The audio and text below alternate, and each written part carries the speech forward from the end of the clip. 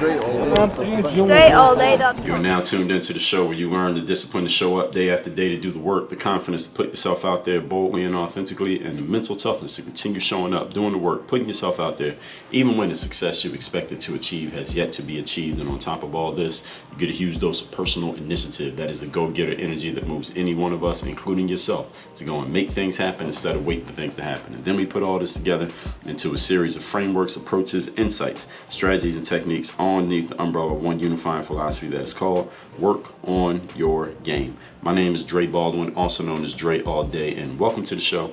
And today's topic is how to study. How to study. Before we get started, let me tell you, when I have a daily motivation text I send out every single morning, at which I also want you to text me and tell me the best insight, light bulb moment, breakthrough, or idea that you got from today's episode. Make sure you reference the number too, so I know which one you're talking about. Text me and tell me what's the best thing you got from this, and you'll be getting the daily motivation. Here's my number, 305-384-6894. Send a text right there. Let me know what is the best insight, idea, breakthrough, realization that you got from today's episode at that number. And since you'll now be in my text community, you'll be getting the daily motivation. Secondly, the next step in working with me, you like listening to the show and you're ready to take the next step. You want to get into my courses, you want to be coached by me directly, you want to come into my higher level programs, go to workonyourgameuniversity.com. Workonyourgameuniversity.com. That's where you can work with me directly. It's the only place to work with me directly. You'll be getting my physical mailings I send out every month, the Bulletproof Bulletin, also the Masterclass Black Book. I send those physically to your mailbox every month. So those of you who think everything comes by email, no. Physical mail. That's only to members of my university. So go to workonyourgameuniversity.com to get started and take the next step in working with me. Now, to the topic, how to study. Studying is a key skill for anyone who would like to avoid becoming a pig, which is a professional information gatherer. You make sure you don't want to be that. And you actually want to get real value out of any information that you take in. Now, the definition of studying is a devotion of time and attention to acquiring knowledge on an academic subject, especially by means of books. Devotion of two key phrases. Hear these again. Time and attention. Where have you heard that before? There are two of your 5 forms of investment: time, money, attention, energy, and focus. You devote time and attention. You invest into acquiring knowledge on a subject. And you have to study in order to do this, because you don't have knowledge of something just because you saw it or you heard somebody say it, or even really because you read it. Is actually you got to go out and actually do it. That's when you really know things. But that's we'll go deeper into that. I've already gone deeper into that in other episodes of this show. But today we're talking about getting real value out of any information you take in, such as this show right here. All right, you have to study the material that's being shared with you, not just consume it. There's a difference between consuming material and studying material. Today, we're going to explain what that is. Point number 1. Topic once again today is how to study, or I may say study versus consumption, because that's really what this is about. Point number 1, repetition. Repetition is the mother of all learning. Doing something over and over again. What's the first thing I say on this show? Discipline of showing up every single day to do the work. Repetition is the mother of learning. Listening to, reading, watching. Otherwise, consuming information one time is not enough for you to really learn it, absorb it, and damn sure not for you to know it. Should I say that again? I think I should say all of that again, because I know a bunch of you, 99% of you listen to this show, and you listen to the episode one time, and you never listen to it again. You don't know anything that I said, even though you heard it, because you just listened to it. You read it, you watched it, you consumed it in some way. That is not enough for you to really learn it. You have not actually absorbed it, and you damn sure don't know it, just if that's all you did was hear me say it. Now, if you knew it before I said it, that's a different thing. But if this is the first time you heard it, and that's all you did was just take it in one time and then move on to the next thing that you did, you don't know anything. I'm not telling you that your time was completely wasted, because you might have got 1 or 2 nuggets that you could use, but I talk here on the show for 20 to 30 minutes every episode. So if you only got 1 or 2 nuggets, you missed some stuff. Why? Because you didn't study. It's not that you're listening too slow, it's just that you didn't take the time to study. Consuming something one time is not enough. The human brain is a great tool, it's the most powerful tool known to man, but it ain't that good. Now, it ain't that good. You could just take in something one time and you just automatically know all the information. I wish it was that good, but it's not. Okay, we got to do a little bit more work than that. All right, you are bombarded with thousands of messages and pieces of information every single day from all different angles. So nothing that you take in one time is going to make a strong enough impression on your subconscious mind to just stay there. All right, just because you took something in one time. All right, again, the mind ain't that good. You need to consume things more than once. All right, think about this. Think about the things that you know really well, that you know how to do really well, or information that you know really well. You didn't consume it one time.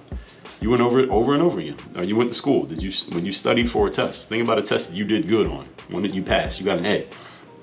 You studied that information. You went over it over and over again, whether you did it all the night before, whether you did it over the course of several weeks or months before the test, but you went over the information so many times so that you really knew it. If you know how to do any type of physical activity and you can do it really well, and it's something that most people can't do, how'd you get good at it? Because you studied how to do it. You did it over and over again. You did it repetitively until you could do it at a high level, and now you can do it almost without having to think about it.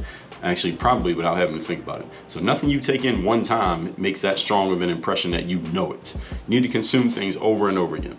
So anything that you take in that you believe to be valuable and you want it to become part of you, you need to have a process, keyword, for consuming that material more than once, such that you will actually know it, not merely saw it or heard it or watched it, or think that you have memorized it. And I'm using know here loosely because to really know something, you had to actually do it. But we're going to use this version of know that is just you've consumed it to where it's in your brain and you understand it. You could explain it to somebody even though you haven't actually done it just yet. All right. A long memory is not as dependable as you think it is. So thinking that you're going to remember something is not a process. Remembering is not a process, people. All right. Telling yourself, hey, this is good and I need to do something with it is also not a process. This is why, when you were in school, any subject that you excelled at, you consumed the material over and over again. You studied it, right? You sat there and you looked at the math textbook or that English textbook or whatever it was over and over again until you knew the material. Even a lot of that material that you quote unquote knew, how much of it could you recall today? Probably very little of it. See, the stuff that you really know, you engage with over and over and over again until you could not forget it, even if you wanted to forget it. So what material are you doing such a process with today to where you have consumed the material so much that you couldn't forget it even if you wanted to? When I consume material, for example, from a course, and I get into a lot of courses, coaching programs, masterminds, events, etc. These days, anytime you go to an event, whoever's running the event usually gives you some type of materials to take with you, whether it be some stuff that's online that you can consume, whether it's some physical stuff that you take with you. Anytime I go, especially when I join somebody's program, if I join a coaching program and things like that, there's always some kind of material that goes with it. You join Work on Your Game University, there's a bunch of material that I'm going to give you. Anytime I go through somebody else's material, I go through that material at least 2 or 3 times. Never just one time, because I'm not going to know. I don't know anything because I consumed it one time. The human brain is not going to pick up on most of the stuff that it hears the first time. That's why you go over it over and over again. These days when I take in course material, and a lot of times people put their course material either on video or on audio. It's not usually just written material. I will go through an entire course. Like for example, I went through someone's audio course a couple weeks ago. And it was like 10 modules of like an hour or 2 each module. So there's a lot of material, like 10 to 20 hours of material. As soon as I got done going through it, I put it right back on to episode 1 and went through the whole thing over again, back to back. And the second time through, I heard things that I did not hear the first time. I'm like, he said that the first time? I didn't even notice it. Because here's what happens with the human brain. And it's happening right now while you're listening to me. Is that when you hear something that's interesting to you, your brain starts to play with it. It starts to process the thing that you heard. And while it's processing the thing that you heard that was interesting, it's missing everything that's being said because the speaker didn't stop so you can think about it and then keep talking again. The speaker kept going. So there's something that I said 2 minutes ago that caught your ear that you've been processing for the last 90 seconds. So that 90 seconds while you were processing, I continued to speak. You missed everything that I said during that 90-second window because your brain was preoccupied thinking about something else.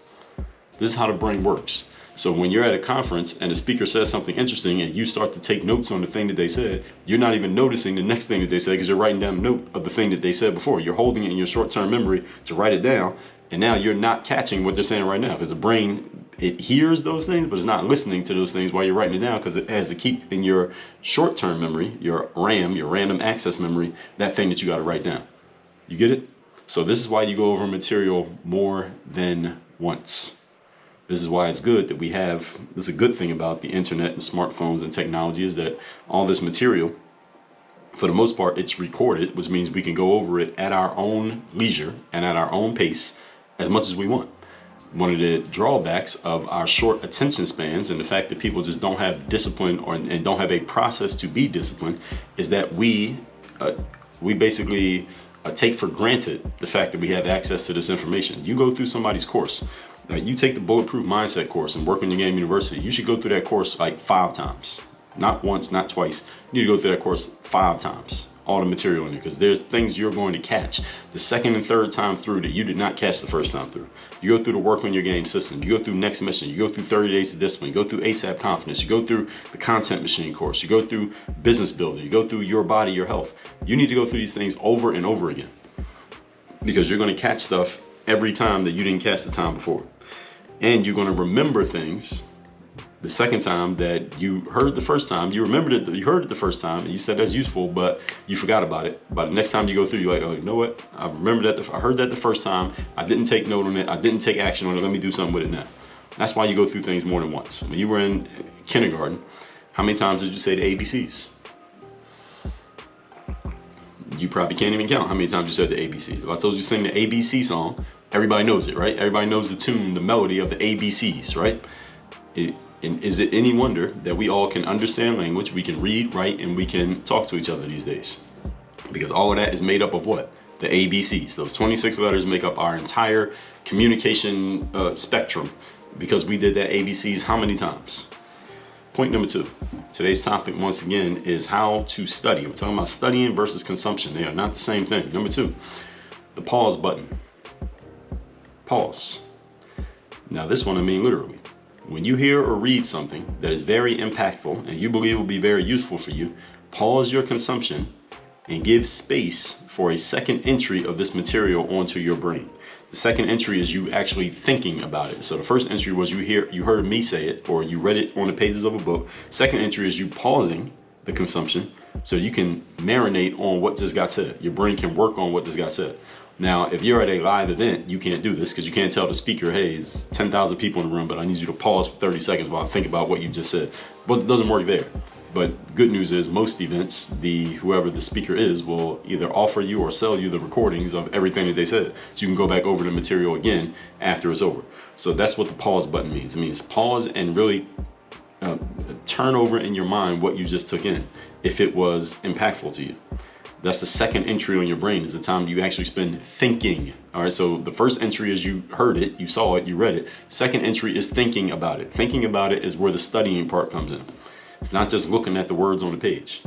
So that means you also need to take notes. That means you need to rewind what you heard and listen to it again. And that means you need to rewatch the video, or otherwise use what you have consumed in some way to let your brain know that it's more important than the other things you consumed today. Do it.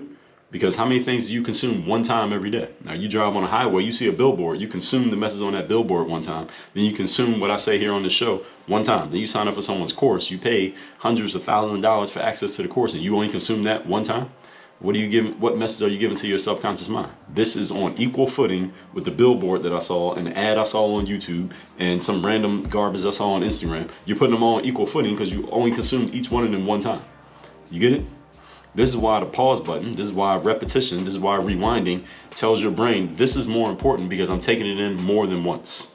I'm thinking about it in addition to taking it in. That's your subconscious mind, which takes everything literally, that you're taking this more seriously than you're taking maybe some of the nonsense that you get hit with every single day. So consuming information, everyone, is not a race to see who can consume the most in the shortest period of time, even though consuming more information in a shorter period of time will be helpful if you can still comprehend what you're consuming. All right, so don't consume it just to say you did it.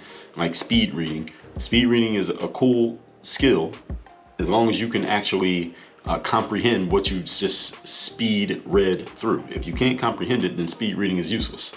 unless you're just in a book reading contest to say who can say that they turn the most pages of the most books. I don't know of any competitions or any business opportunity in doing that.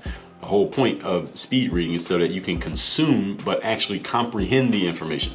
If you're not comprehending it, then don't speed read through something. You might want to read slow rather than read fast. All right, again, consumption of information is not a race. It's not a competition. You don't need to go through more information faster if you're not, again, taking it in. You gotta let the most valuable stuff get through you instead of you trying to get through it. And that might mean you need to go slower. So if you're taking material that's useful, but you're not slowing down, giving yourself a way of applying it or going back over it a second or third time, what you're being is a professional information gatherer. You're being a pig. You're just consuming anything that's in front of you just as much as you possibly can, like pigs do. And what happens to pigs? All right, they become bacon. All right, they get sent to the slaughterhouse. All right, doing that is not going to do anything for you. You got to give it a chance to get through you, which means slowing down and taking your time with the material you take in. Again, especially the most valuable stuff. Point number 3. Today's topic, once again, is how to study. Number 3, real life application. This is the third way that you study something, is you actually put it to use in the real world. This is the failure of the education system in America, is that a lot of the information that students are forced to study and quote unquote learn, they don't have an opportunity to apply it in real life. Some of it, they are not presented the opportunity to apply it in real life. Some of it, there is no real way to apply it in real life. Like the mathematical equations that we are forced to learn in math classes in school, like where exactly are you ever going to use this? The answer is nowhere, just in case you didn't know. But this real life application is the way that you really learn something. You really know something when you've done it. You don't really know anything. There are levels to knowing things. There's consuming information. And I talked about this in the episode on the 5 levels of expertise. If you haven't heard that episode, that was episode number 1402, the 5 levels of expertise. Level 1 is consumption. Level 2 is the regurgitation. You can say it. Level 3 is teaching it. Level 4 is charging for your teaching. And level 5 is when people come to you to pay you for your teaching. Difference between charging for it, meaning you go and tell people, hey, I got this, and you sell it to them. Level 5 is they come to you saying, I heard you have this, and you sell it to them. That's different. So those are the 5 levels of expertise. You don't really know something until you can teach it. That's level 3. You got to be able to teach something. You don't have to make money from it to know something, but it doesn't hurt, does it? So real life application. With human nature being what it is, the only real way to make this happen is for you to make an investment in yourself. All right, you have to make an investment in yourself to get the real life application you really need for the information that you're taking in. Let me explain why I'm saying this. We do not value what we do not pay for. I told you in episode 1120 that the best coaches have the best players. And I mean that directly. All right, that is in the sports world. The best coaches have the best players. All right, Phil Jackson, legendary basketball coach. Who did he coach? He coached Michael Jordan, Kobe Bryant, Shaquille O'Neal. Phil Jackson was a smart guy. He went and found the best players and said, let me get that job. He didn't say, give me the worst players, give me the team with the worst players in the league, and let me show you how great of a coach I am. He said, no, let me go to the guys who are really good, and let me coach them. All right, and his brand is built on the fact, hey, he was Michael Jordan's coach. He was Kobe's coach. The best coaches had the best players, and I don't mean just in sports. Right? But you could take a really good coach, someone who is good at coaching, give them a team of players who aren't good, and that coach ain't gonna look so good. All right, they're gonna hurt their reputation, all right, by having some bad players. You gotta have good players if you're gonna win. In the professional world, outside of sports, the best coaches also, again, have the best players. If you are in the coaching business, you do things like life coaching or business coaching or relationship coaching. The coaches who are most successful are the ones who are able to get the clients who are most serious about creating success, because the clients who are serious about creating success are going to create success. All right, the coach is just aiding in the process of them creating success, but these people are determined to create success. I am a great coaching client for any coach out there. Why? Because I'm going to apply whatever they tell me. I'm going to be successful, even if their material is only mediocre. Everybody heard what I just said? If I join your coaching program, I will be a success story of your coaching program, even if your coaching and your material is not even that good. Why? Because I am going to be successful. You are just an accessory to my success. and I will pay you for the right to be a success story of your program and make you look better than you might actually be. Why? Because I'm a successful individual. I'm going to create success regardless of who's coaching me. The best coaches have the best players. Let me ask you a question. Would Michael Jordan still be great if he had never been coached by Phil Jackson? Of course. Would Kobe Bryant still be great? Would Shaquille O'Neal still be great? Yes, they all would have been great even without Phil Jackson. The best coaches have the best players. Does everybody catch that point? All right, so any of you coming to Work on Your Game University, listen, don't come to Work on Your Game University unless you're serious about being successful, because you're not going to make me look bad. All right, I want the best players. I want the people who are going to be successful, and I'm going to aid in the process of your success. I'm not going to make you successful. I'm going to aid in your process of being successful. You're already a success-driven individual who is going to create success. I'm going to aid in the process. I'm going to Phil Jackson your success. I'm not going to make you successful. No, you had to pay a lot for me to make you successful. There is a price for that. But I'm looking for people who are already on their way to success. I'm just going to aid in the process. Okay? Real life application. I'm sharing all of that. I went so long on that one little part here. I'm still on point 3. Is that this principle applies in sports, business, anywhere else where people are being coached. The best coaches have players who are the most ready to succeed, most willing to win, most inclined to implement what they are told and taught. Let me say that sentence again. The best coaches have players who are most ready to succeed, most willing to win, and most inclined to implement what they are told and taught. Notice that none of these things have anything to do with the skill of the coach or the value of what the coach teaches. Didn't I just say that? I joined somebody's program. Yes, of course, I'm going to get some useful stuff out of it. I wouldn't join your program if I didn't think I was going to get something that was valuable out of it. But understand, because I'm a person who has already decided that I'm going to be successful, your stuff is secondary to the fact that I've already decided to be successful. The fact that I've decided to be successful is the reason why I'm going to be a success story. Your stuff is just a complementary to that decision. Is everybody following what I'm saying here?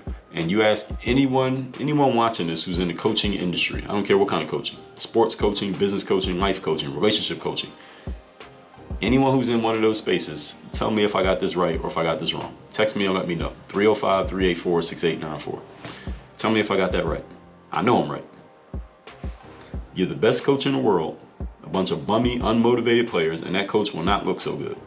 If you want to guarantee that you will apply valuable material to your life, this is for you listeners here. You want to guarantee that valuable material gets applied, make a financial investment in those valuable materials.